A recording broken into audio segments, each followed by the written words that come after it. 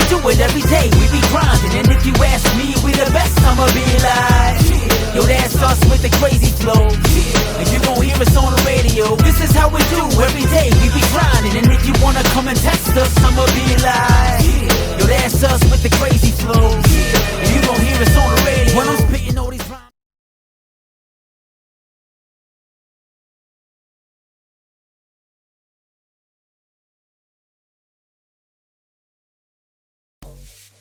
What's going on, everybody? Welcome back to another episode of the 10-Yard Fight. Today's topic is how to catch user picks versus empty sets. Alright, bear with me for a moment or two. We're going to do a little bit of housekeeping in practice mode, then we're going to get back on the field. I got to clean some things up. So this is what's going on. This is how I see it, at least. X is the main receiver. X is the main receiver out here.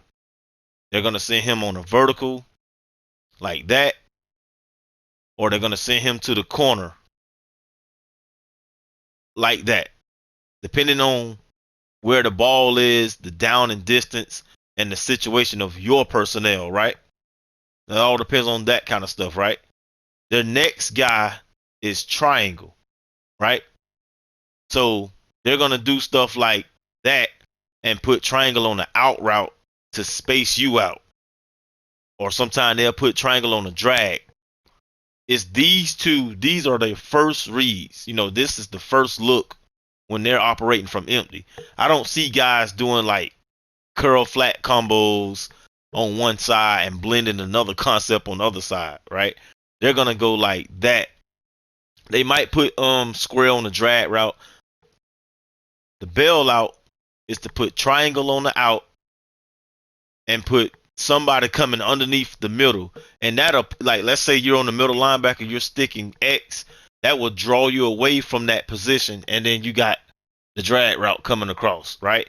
And the next read will be R1 going on the seam route. Usually these guys are just going on the seam, or they might go on the trail slant right behind that, right there. So circle is pretty much like the last player they'll go to on this concept, because the rest of these are like easier reads. They're more closer to everything. You know, they're in your peripheral. Maybe he'll go to circle on a fly route if it's a press and he beat the press or something like that. But mainly, it's going to be X going to the corner or X going vertical, along with triangle going out, triangle going drag, or somebody going drag. Or sometimes triangle can even go on the street. So that's what we have out here. Alright guys, feel free to correct me in the comment section. This is just my opinion. I've looked over all my files.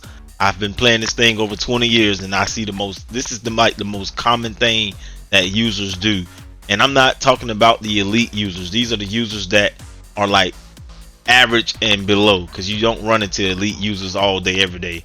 As you can see, I took away his most valuable option, and now he's off script, broken play, out of structure. So as you can see, he did no huddle. The next down is 3rd and 17. I'm trying to take away him, but I got beat off the line, and that's the guy right there. That's your man right there on empty sets. You need to get that guy out of here. He's usually on the side where there's 3 receivers. As you can see, he's doing it again before halftime. This time I have R1 locked up, because R1 will beat you in that seam right there. Be mindful of that.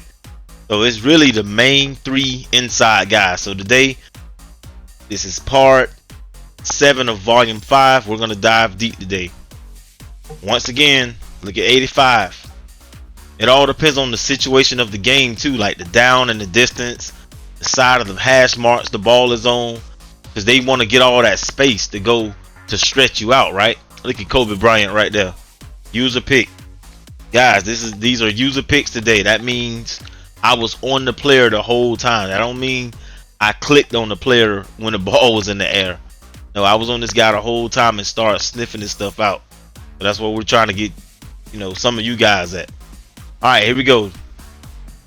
Notice I was the middle linebacker, and I came down as a middle linebacker. My other guy, 57, was responsible for him. I am not gonna leave 57 lined up with Kittle. Too slow, and he had beat him. I will show this from the end zone view. If you look at 57, he's going towards 85, right? I'm standing next to him. I'm trying to disguise myself and not let him know that we're double teaming him, because this is his most valuable option. And you can see the two guys going cross. They're always going to send guys going cross. Like, he would have been beat had I not been there underneath. So yeah, they're always going to send the other two guys going cross, and they're just decoys. If they happen to, you know, break free from their guy or get through the gaps, they're going to take them. So here we go once again. As you can see, I pull Adams down. I'm thinking corner, and that's perfect. I mean, right on time. He did that to himself. Nice block. This is the same game. I got 2 pick sixes in one game.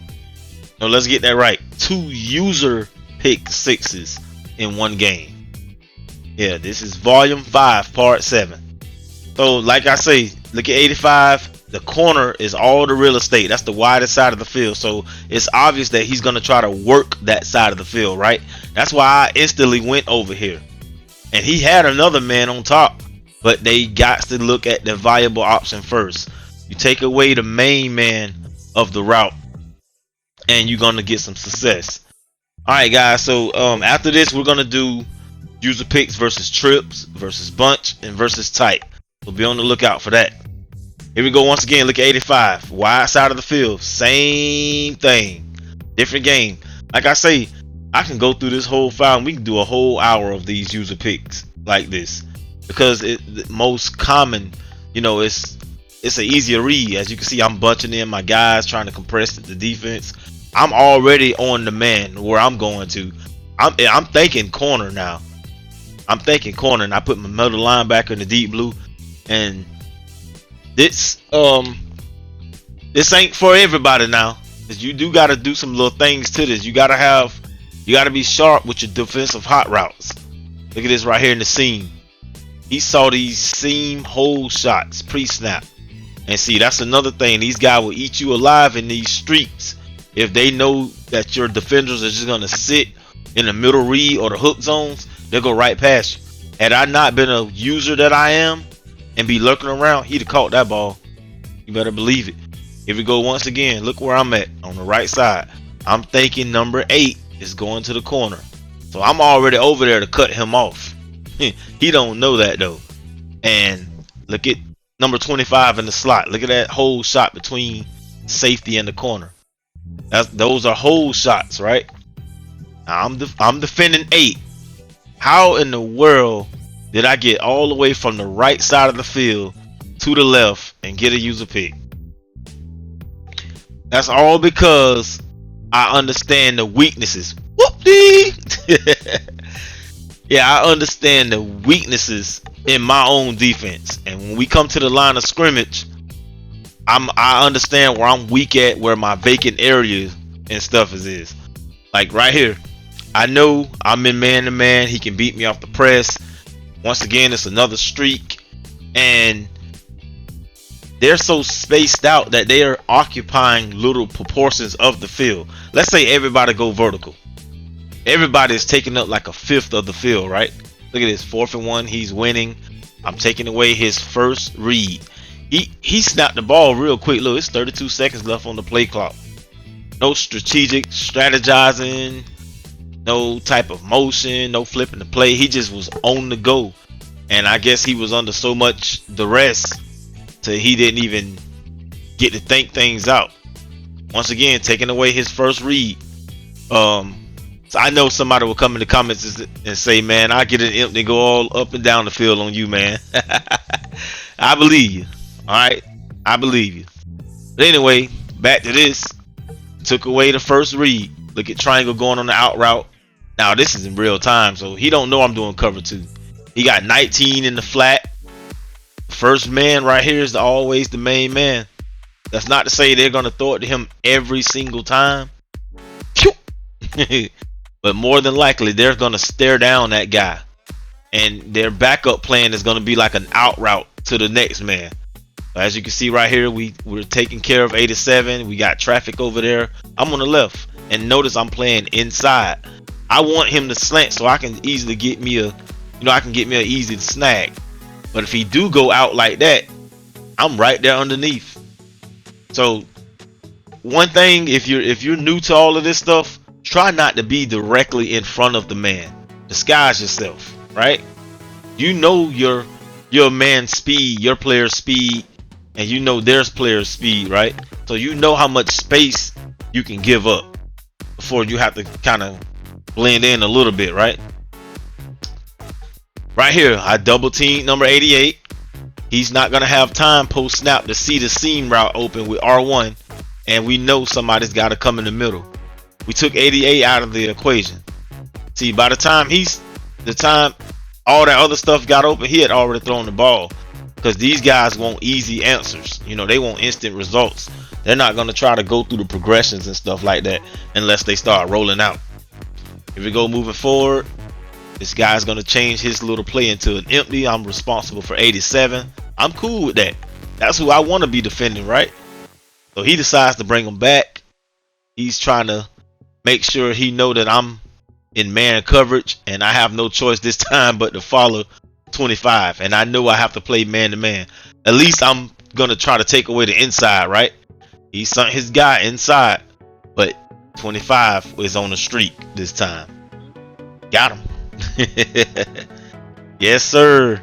You got to understand the situation of the game.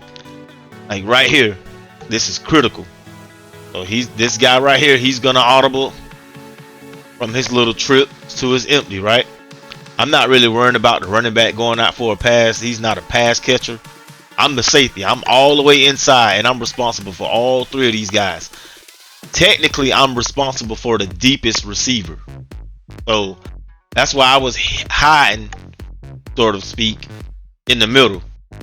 Pre-snap, I'm hiding. As you can see, we got man-to-man across the board, and he's just going to look that way and see whoever is in his peripheral. If I would have kept my man back there, he'd have never thrown to circle. So you're going to see a lot of disguising. You have to be able to take risks, move players out of their positions, and just let them go freely post snap. Especially like if you got like a deep route, pull them on down, pull them across the field, and post snap, he's just going to travel to his destination. And be all in the way in the passing windows and stuff, like what I'm doing right here. But that's man to man though. So yeah, we take away that main man, and then we worry about the other stuff. And sometime, if I'm on the side of the field, like right here, I'm looking at 89. I already have the left side taken care of. Usually I have a double team on 12. I have a Mabel concept over there. I'm there. I'm not just gonna come out here willy-nilly and forget the rest of the field. You know what I'm saying? That was a critical moment in the game. It was 38-31. I needed that ball back desperately. Here we go right here in the playoffs. I had to get my second guy out the way, and he was right there in my lane. Wasn't too far from me. See, that's one thing that people don't know. They think this is a spread, but they're so close to each other. It's not far to travel fifths of the field, because if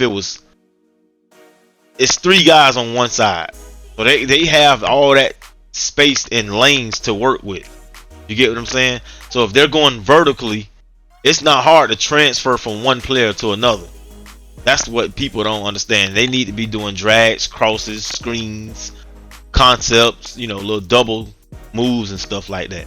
Look at this right here. Look at the middle of the field, wide open. See where I'm at?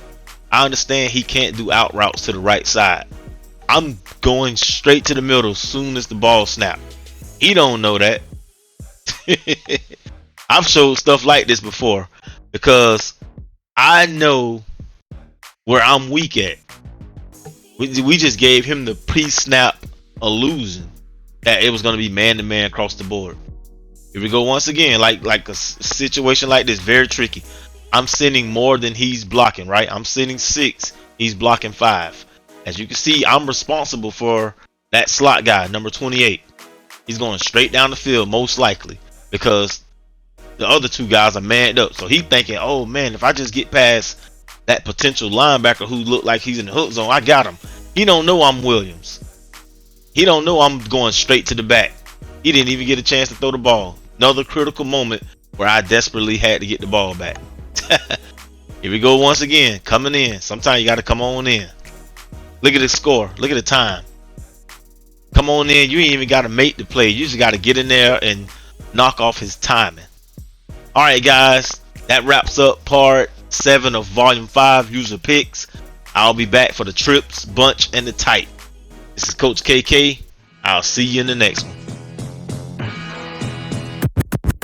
This is how we do it every day. We be grinding, and if you ask me, we the best. I'ma be like, yo, that's us with the crazy flow. And you gon' hear us on the radio. This is how we do every day. We be grinding, and if you wanna come and test us, I'ma be like, yo, that's us with the crazy flow. And you gon' hear us on the radio.